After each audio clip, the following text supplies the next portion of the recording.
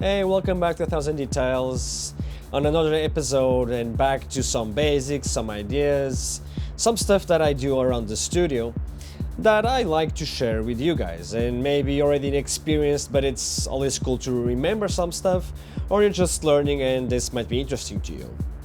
And today's topic will be basically drums, more into kicks and hats, percussions. Because there's one thing that I really love about electronic music, more techno music and house as well, which is when you're on the dance floor or you're just playing and the track is going, you get that kick off, you go like, whoa, man, like you hear the whole track without the kick.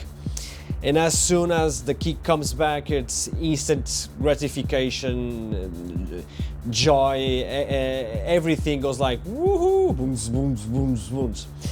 Which basically, most of the time when you're on the dance floor, you're kind of wiggling and fist pumping to the kick sound, which is marking the tempo of the track, right? And you have the drums as well. Drums, which of course help you to build up on the overall groove. It gives you this also sensation that something is going on, there's a pacing there. Of course, the full groove of the track has to do with bass line, the kick, the percussions, even the synth line. But the percussions do help achieve that as well. And there's a lot of stuff that you can do with the percussions and the kick.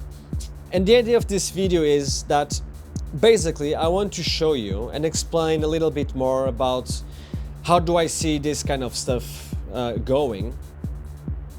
And an exercise that I do a lot, which is try to build a track just with a kick and some hats and see where it goes.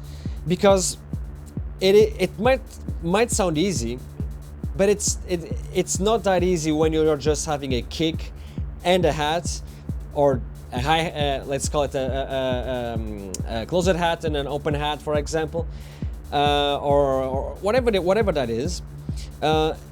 And build something that is interesting, that makes you groove, that makes you wiggle your head and do that stuff.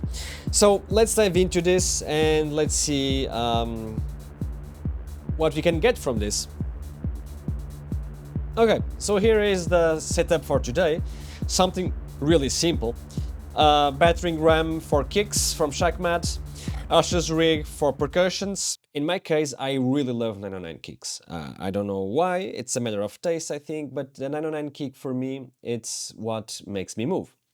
But not a 909 kick that basically it's raw.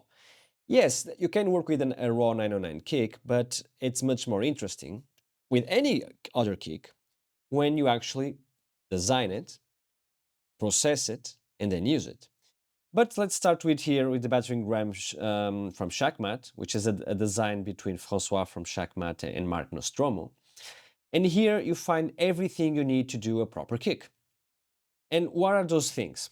For those who know, already know. For those who are learning or want more information, I think this is cool. So normally you'll want to be able to define your kick pitch, right? The decay, which will allow you to say if it's a short or longer kick, depending on what you want to do. Your pitch envelope, where you can add up thump and or punch to your kick, because this is really important. One of the big differences between 808 and 909 kick, and you'll see why. And a click track or transient shaper, let's call it this way. And this is cool because many times your kick might not be piercing the mix and you want it to pierce the mix. And with the simple click, you'll be able to do it without having to change the baseline of your kick. Like, this is my bass ground, I don't want to change this, but I would love it to pierce. Well, you can go through EQ, sure, but with a simple click, you're done there. And the last part, which I already said, for me it's really important, it's having some kind of overdrive, distortion, whatever that is, so that you can make your kick become more alive, making it more interesting, making it getting out there and be a bold kick, which in the music that I do, techno mainly, I want my kick to be like strong and to be there and to make a statement with it. So let's put this everything like in zero here. and let's build a kick that we're happy, and I'll explain the process. So this module, and why I liked it a lot, and why I think it's very interesting, it's like a mix, a hybrid mix of 808 with 909 with more flavors, but it can be that typical 808 subby bass kick, or it can be your punching 909 kick. As you can hear now, it's an in-between of something here. But the first step will be for you to pitch it, right? Let's say that this is what you like. And as you can see, this is why I say it's a hybrid 808 kick, because it sounds more like an 808, more bassy than basically a 909 that is more punchy. And of course, the decay will define a lot the sound of your kick. This will depend on what you're trying to achieve and your track. If you're gonna have a low frequency heavy track and tons of bass frequencies there, perhaps you just want a shorter kick so that it just marks the tempo and pierces. If maybe you don't have that much information there, a little bit of decay with this low end might help to give it more body to the track, right? And having a control here for the depth, which will be the amount of pitch envelope that you're going to send to the kick, this helps create that thumping, that punch on the kick. So now we are in the 909 territory, which is where I feel comfortable. And of course, as you change the pitch, the feeling of the decay will also change, of course. So these three are all connected. But I will say that for now,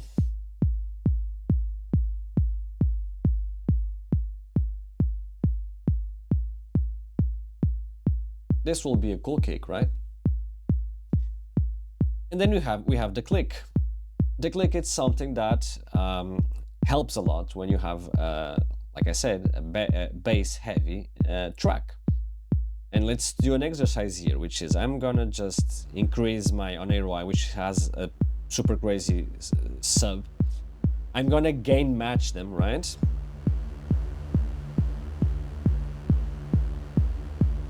I will say it's pretty much like this. And you can see that the kick is kind of lost. But if I increase the click,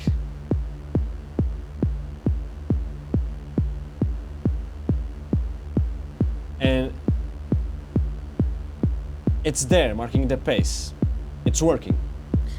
And it's something already really pleasant to work. Sometimes, and this is a very cool thing, because it will allow you not to have to EQ the kick, you have here a high-pass filter, which will cut some low frequencies, and it will give you that impression, sonically, that it's upper there. So, it's not getting entangled with the on-air Y. You lose a little bit of body, sure, but it clears the mix a little bit.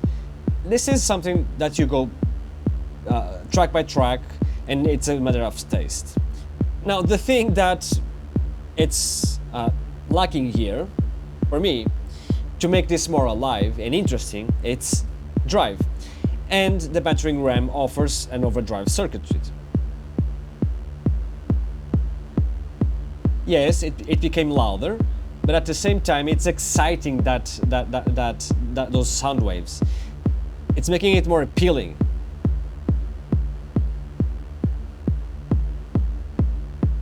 Sure, you can go full nuts. And let's go do some GABA here. Which with the La Reine du Chaos will be amazing. Again, adjust your mix.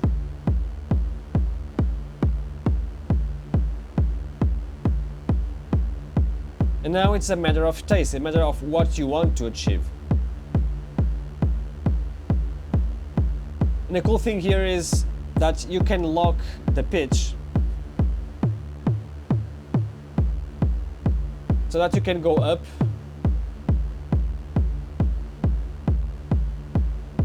and not lose your set pitch. So this, why I like this module a lot, and why I think it's really interesting as a proposition for making your own kicks. It is not that expensive, especially do it yourself, and there's a lot of flavor here. So like,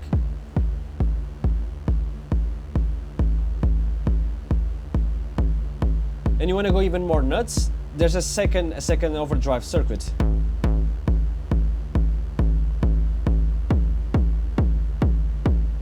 Let's adjust the volume, of course.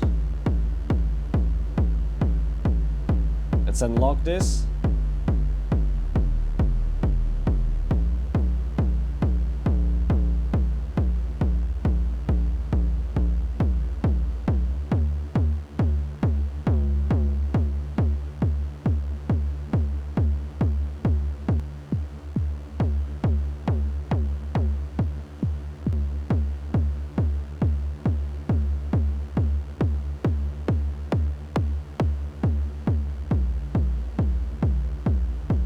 Why not? Let's go with this one, perhaps. Good. And like I was saying, this is very cool because you can do a lot of stuff with it. And here, I want my kick to be a little bit heavier on the decay, so that I have a low end thing going on there, right? And that's what I really want. Let's mute this one again. One thing, and I think this is a golden rule, which is as you progress and as you add elements to your track, you'll have to adjust your decay, right? For now, I already know that this might be a little bit too much, even if I just have a few elements, but there's nothing wrong, and you'll come here to adjust and see how it feels. Hear more than basically follow rules or whatever, just hear and see what makes sense to you. So yeah, our kick here. Now let's start our hats. And here we can do something very easy. I think everybody likes that and loves to basically hear a little bit of what it can offer. So the Archer's rig, for me, it's also very interesting because it allows you to build a ton of cool percussions, and you have quite a lot of them here. It's very easy to navigate the module, just with the plus and minus buttons here in this one. You can save presets of your percussions, which is very cool. And you can even browse through them with a preset CV in to even add more stuff up to this. So it is simple on the outside. It can get complex pretty fast if you want. So let's hear. Okay, let's start this, and let's hear what kind of sounds that you have here. Fully open filter, no effects, tune in the middle.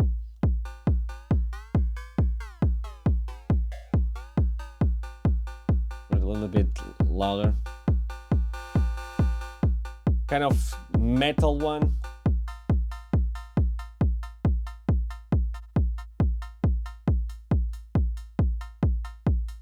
And if you do this, it becomes, of course, more of a hat itself.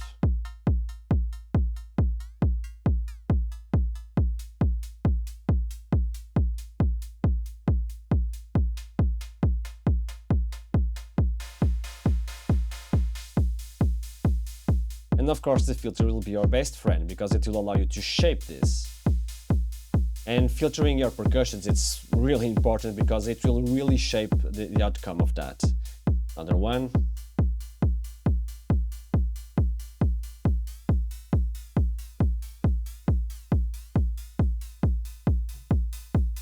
Let me get my velocity out.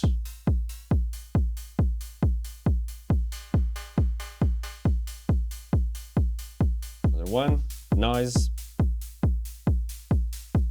You're gonna hear a few similar stuff that you know around very well, and that's good because it's really hard to sometimes find interesting hats.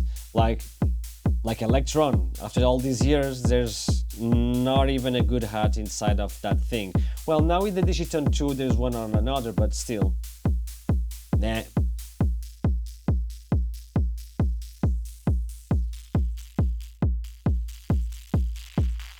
Noisy. More like a ride in a way.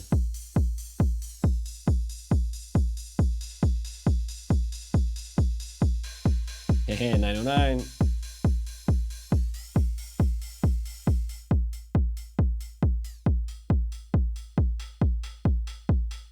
Of course, this is my favorite. Not gonna lie. Bell kind of thing. FEM-ish bell stuff. Metallic thing as well. Some kind of ring mod, if I remember correctly, or by the side it kind of feels like a ring mod. Oh, this is more like a bell, yeah. Bell, cowbell. Sine wave, yeah, clean sine wave, and back to zero. So as you can see, and no brainer for me here.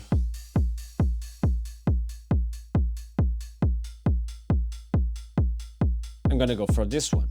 And the cool thing is, to make percussion interesting, you not only need to tune it as it is, find an interesting pattern over here. That's the two main things, but also, again, processing it a little bit. And what I like about the Archer's rig is that you have a velocity, which allows you to also create those dynamics between the hits, which will be good for the groove. But at the same time, you'll also be able to apply some effects as here, which are very cool to create that interesting bit of your percussions. And I'm going to go through them as well, but let me open the closed hats, because with the Archer's rig you can have you can trigger your open hi-hat trigger and your closed hi-hat trigger. Of course, that there will be choke. That's normal and it's welcome.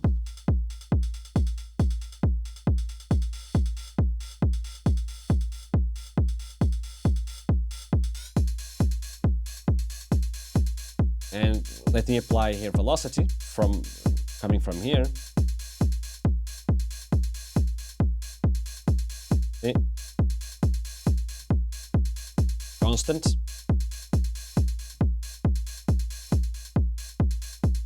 And there's variation now. But for example, an effects that I really love to apply, this kind of tremolo thing going on. Let's bring in the Oneroy. Let me unmute this.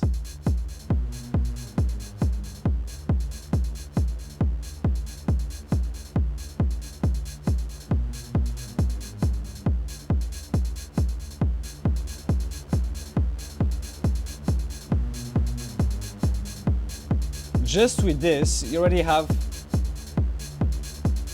something that you can wiggle to. Let's go through more, like you can go really nuts.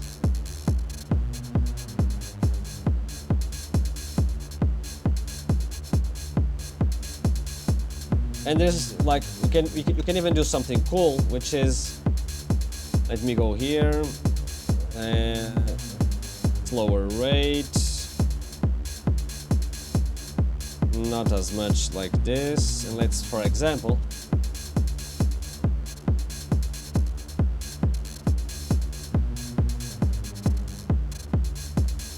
let me shift this here.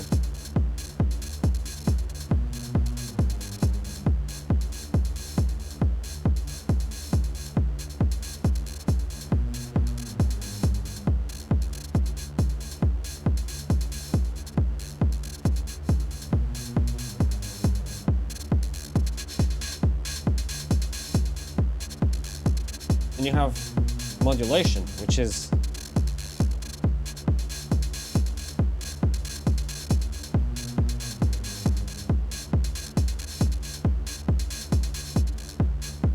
just a tiny bit, or you can even make this not bipolar.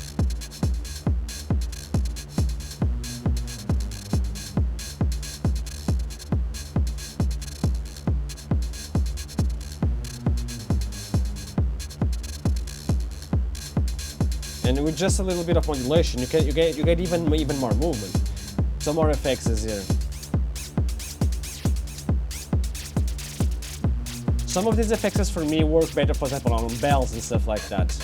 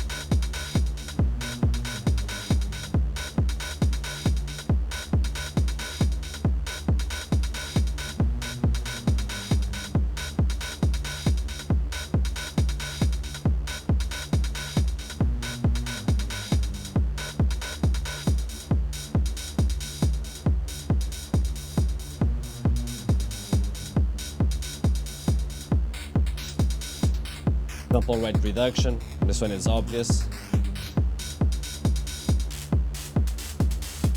FMing the sound. Yeah, ring mode as well, I think. Oh, this is yeah, this is like sounds like a phaser thing, and I love this, especially for more electro stuff, but even for techno, this is really cool.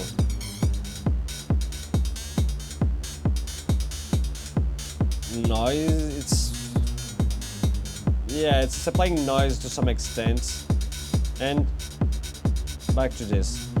A and C here are my favorites.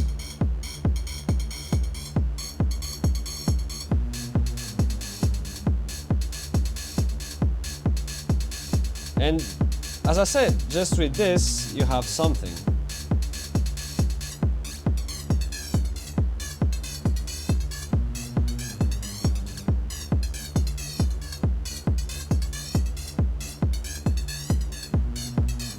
And again, we can make this bipolar.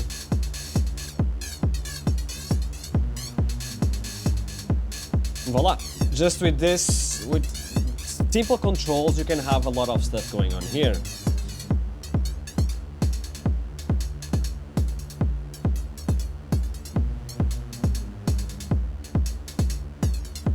Let's bring in